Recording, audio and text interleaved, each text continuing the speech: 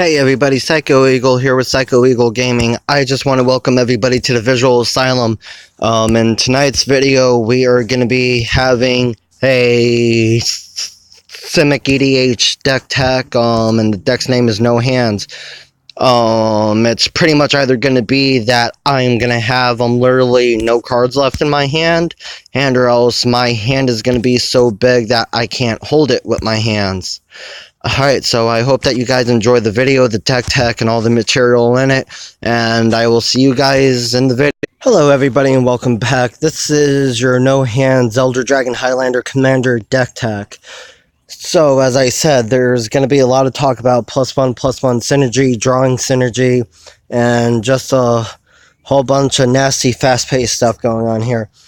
So, as I was saying, that there was going to be a second explanation apology because of my stuttering, stalling, the every now and then and all that. So, this is that. So, just ignore this. And this will probably be one of the few times that you're going to see this because hopefully by the time that I'm done with this one, I will be over my little bit of like not knowing what to say, not getting caught up in the moment with saying the wrong stuff and that. So yeah. Alright.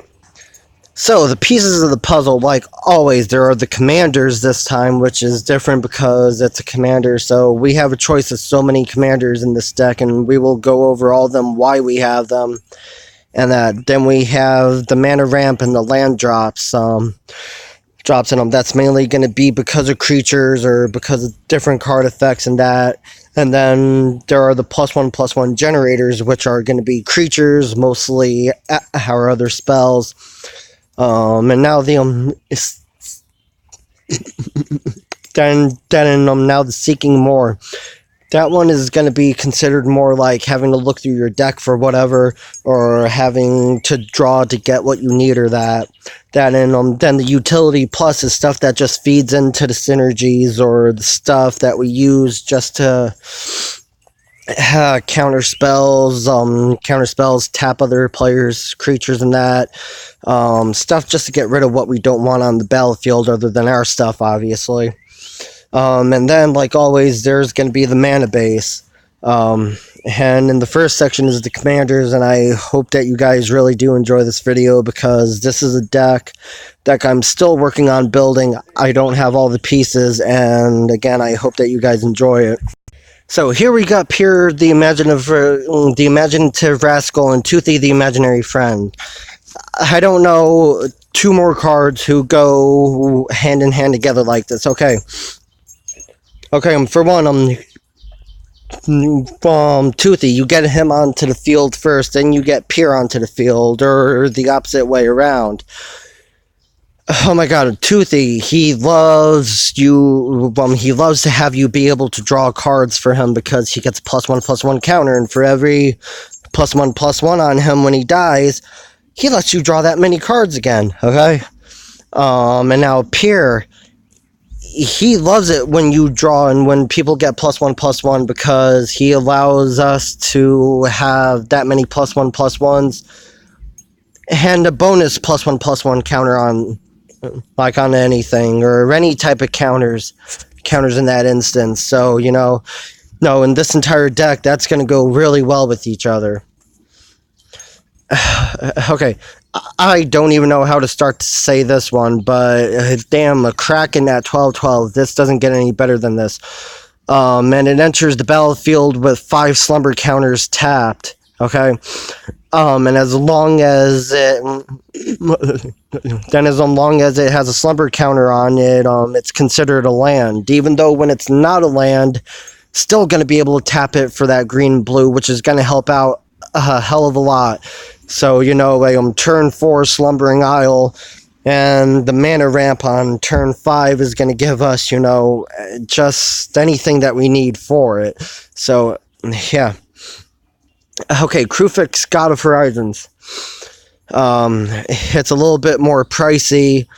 It's a legendary enchantment creature. It's a god. Well, you know, who doesn't like a god on your side? So it has indestructible, and as long as your devotion to green and blue is less than 7, Krufix isn't a creature.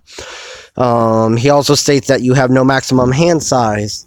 And for as long as he's on the battlefield or whatever it is considered, he allows us for any unused mana that we have tapped this turn, he allows it to go into floating colorless mana, and that mana stays, and we can use that at any point in time, like I said, until he leaves the battlefield.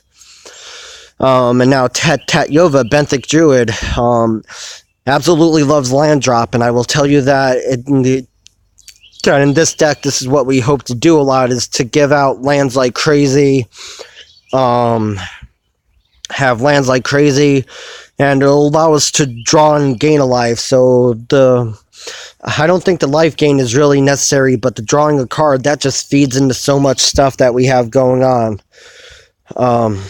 Here's the explaining the commanders. In between the team of Pure and Toothy, these two have synergy of their own. Toothy loves drawing, wanting +1/+1 counters for each card drawn, and then Pure helps feed into it, giving an additional +1/+1.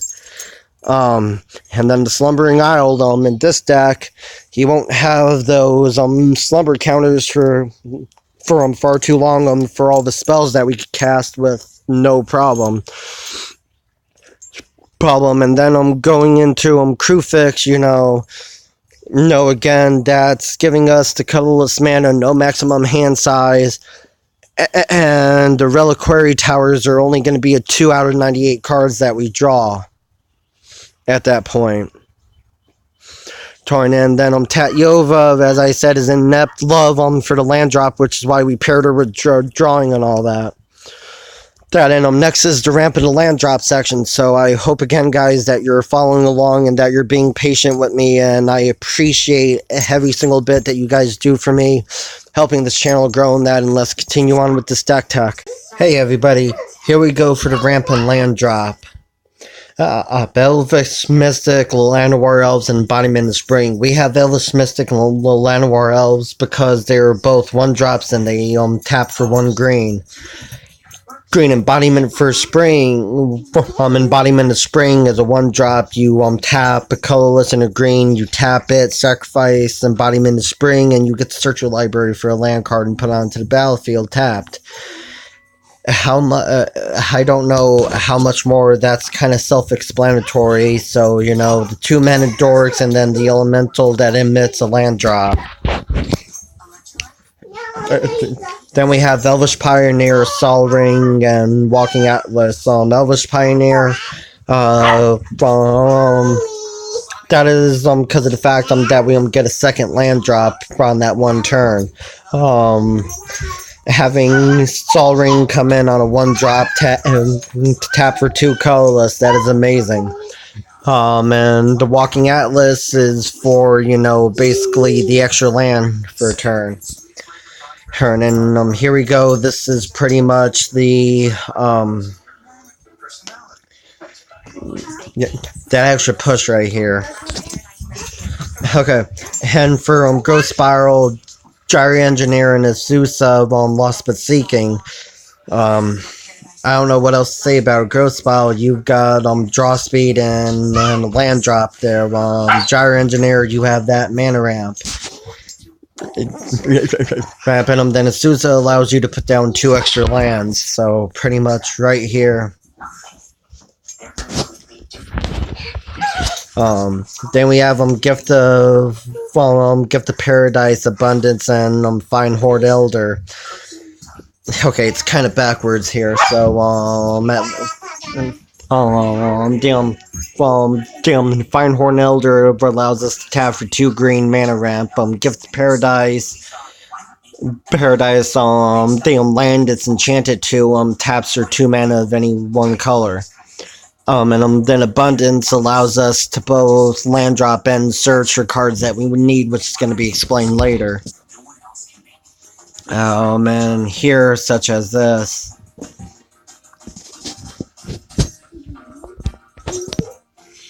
Okay, then we have Kydel, Chosen of Crewfix, and Zendikar's Resurgent. the fact of Kydell is because of all the creatures that we're gonna have on the field. Hopefully, all that extra mana would be worth it. And then we have Sennakar's Resurgent due to the fact how we need that extra mana for doing whatever we need to do in this deck. Okay, so that is such to here.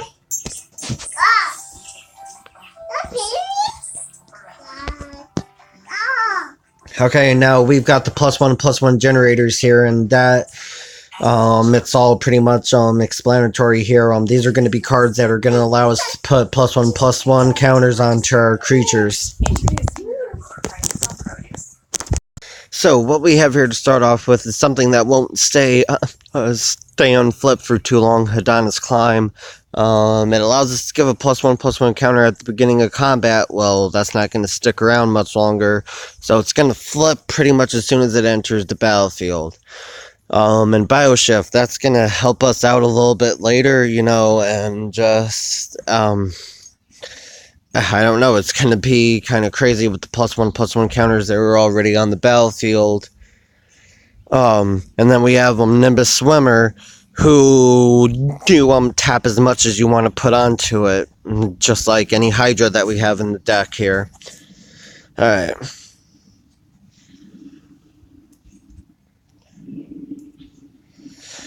And then we have Simic Ascendancy, which is going to benefit off of all the +1/+1 synergy that we have, and that explains a lot of it.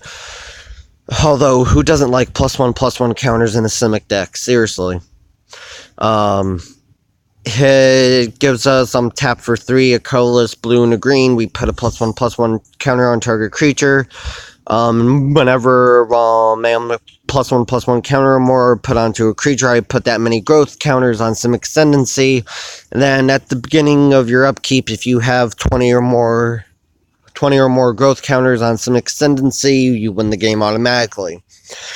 Then we have Galloping Lizrog. It's got Trample, and then as it enters the battlefield, we may remove any number of +1/+1 counters from any permanent that we among any creatures that we control to put onto him. Then we put that many +1/+1 counters times 2. So say if we have like 10 +1/+1 counters on all of our creatures together, and we decide to put them all onto Galloping Lizrog, that just puts 20 on him.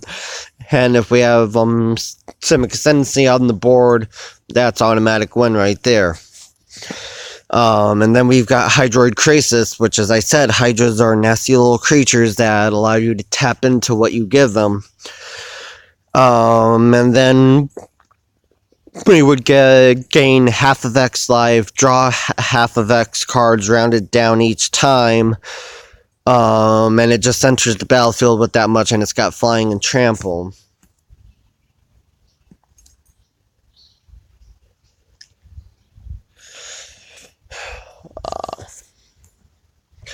And then we have Incremental Growth, which again is going to help out with the +1/+1 counter generators.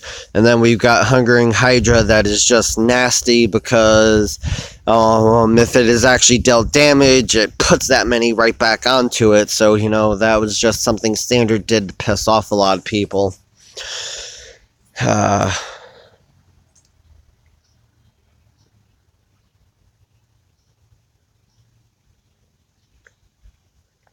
And God, I just have horrible spelling fixing here.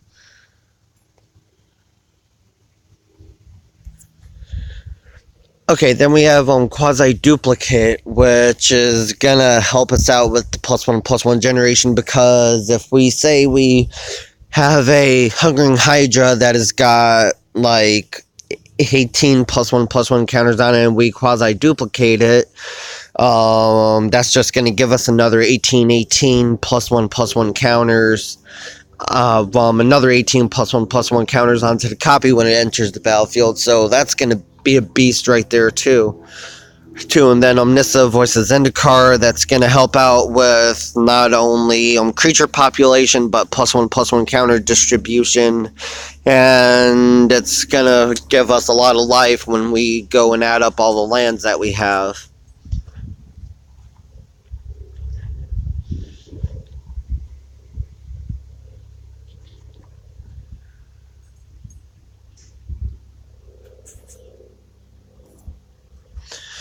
And then we've got Primordial Hydra, which again is a Hydra. It gives us all those +1/+1 counters that we feed into it. And at the beginning of our upkeep, we surprisingly get to double the number of +1/+1 counters onto it, which is really nasty. And as long as it has 10 or more +1/+1 counters on it, it has trample, which is nasty. Hydra Broodmaster, which I think is the only Hydra that you don't get to tap into it right away, but you get to tap for the monstrosity cost, and that and as Hydra Broodmaster becomes monstrous, put XXX green Hydra creature tokens onto the battlefield. That is nasty right there alone.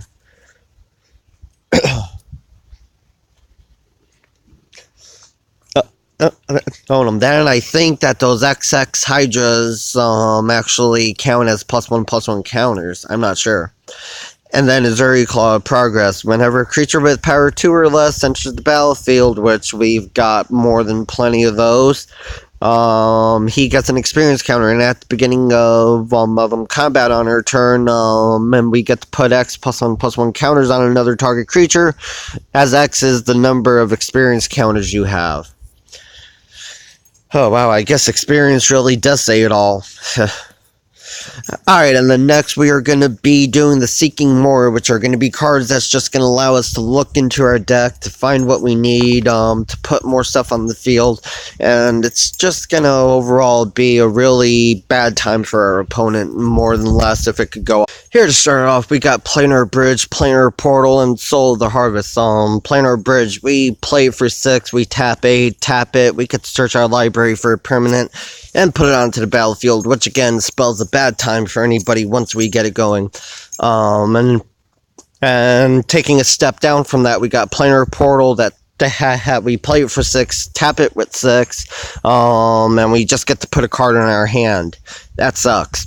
And then we got Soul of the Harvest, which allows us to, as we play a creature card, we get to draw a card, and it's got trample. What's better than that? Put +1/+1 counters on it, let it run over the opponent. Seriously, there's no way that you cannot win with Soul of the Harvest.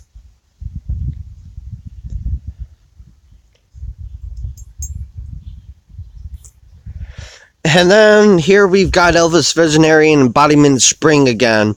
Elvis Visionary, we get to draw a card when it enters the battlefield. As the Looking for More in Embodiment Spring, we get to search the library, shuffle it up, get a better chance of drawing what we need, and we get to put a land card onto the field.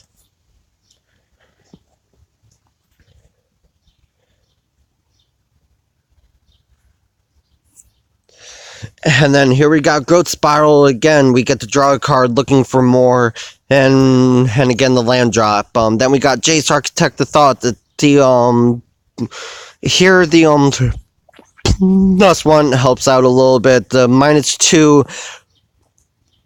doesn't exactly help us out a lot if we draw something that we really need, but it's the -8 that allows us to search our library and all of our opponent's libraries, and we get to cast copies of the cards that we choose, having no mana cost. That would really be a terrible time for anybody.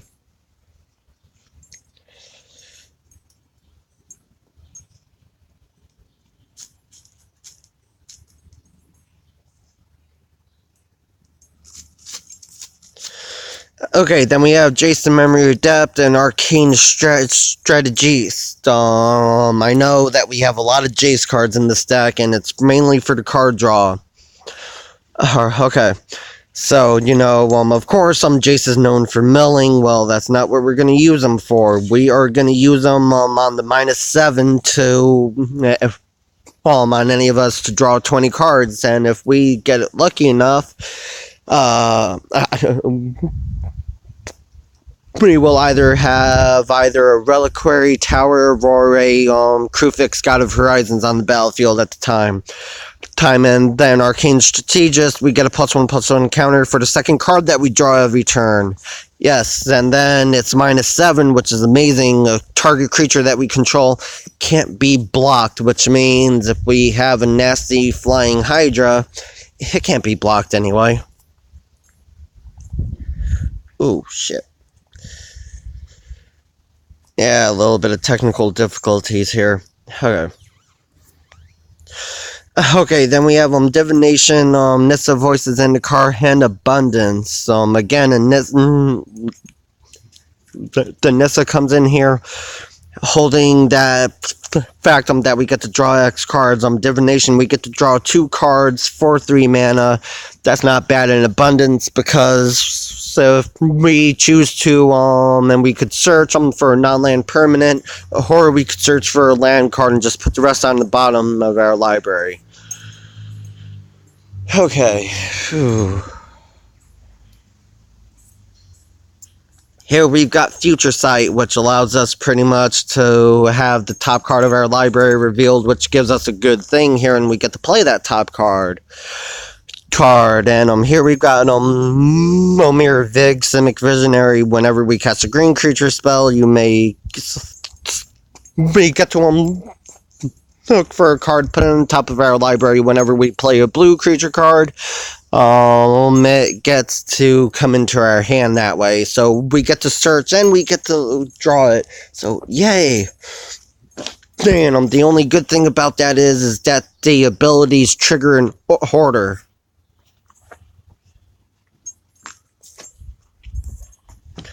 And then here we've got Font of Fortunes and Thassa Goddessy. We get to scry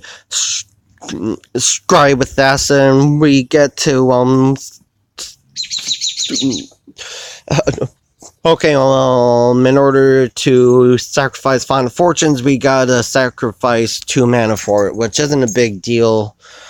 And Thassa, as we said again, at the beginning of our upkeep, we get to scry. Yeah, then target creature can't be blocked this turn. Wow, that's really setting the pace there for this, all the seeking and more.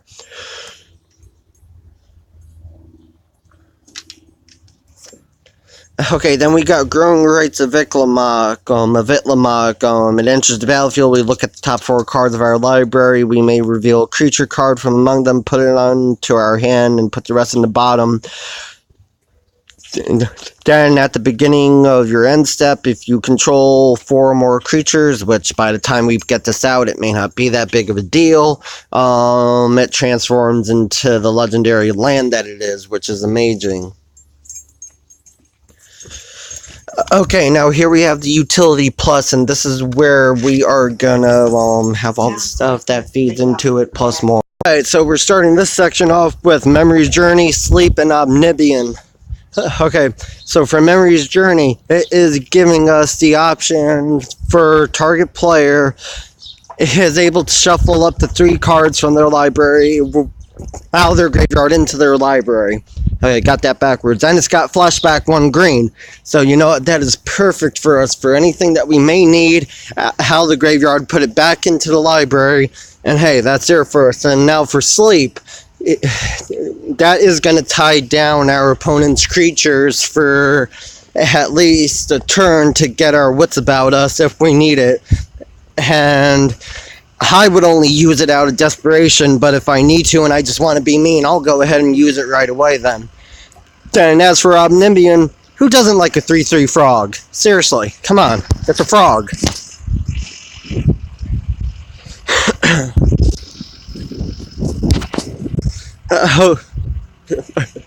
Now we've got Fable of Wolf and Owl, Land Again, Quasi-Duplicate. As for Fable of Wolf and Owl, every time that we cast a green spell, we get a 2/2 green wolf. And every time that we cast a blue spell, we get a 1/1 blue owl with flying. Who does not like that? Okay, seriously, and quasi-duplicate again is there to copy creatures that we need out there. Okay, we got Seedborn Musum, who's going to allow us to untap all permanents that we control. That is just amazing. Then, if that was not good enough, it happens at the end of each player's untap step. And then we got Paradox Engine. Every time we cast a spell, we untap all non-land permanents we control. That is perfect for our deck because we got mana dorks that are going to help us cast the spells to begin with, and a whole bunch of other shit that we need untapped.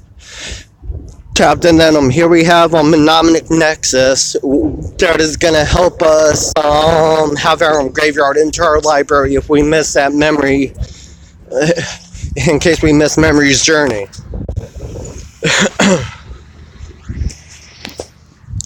Okay, then we've got Vivian, Champion of the Wilds, who's our one planeswalker, who's going to allow us to cast creatures as if they had flash, which is going to allow us to trigger a lot of the +1/+1s and draws and everything. So, yeah, that's how she comes into play here. And now we've got the mana base, and I can't say more than enough with the ramp that's involved with this alone. Okay, the basic mana here. There are going to be 13 islands, 14 forests, and 2 reliquary towers. As I said, the 2 towers are for the infinite hand size.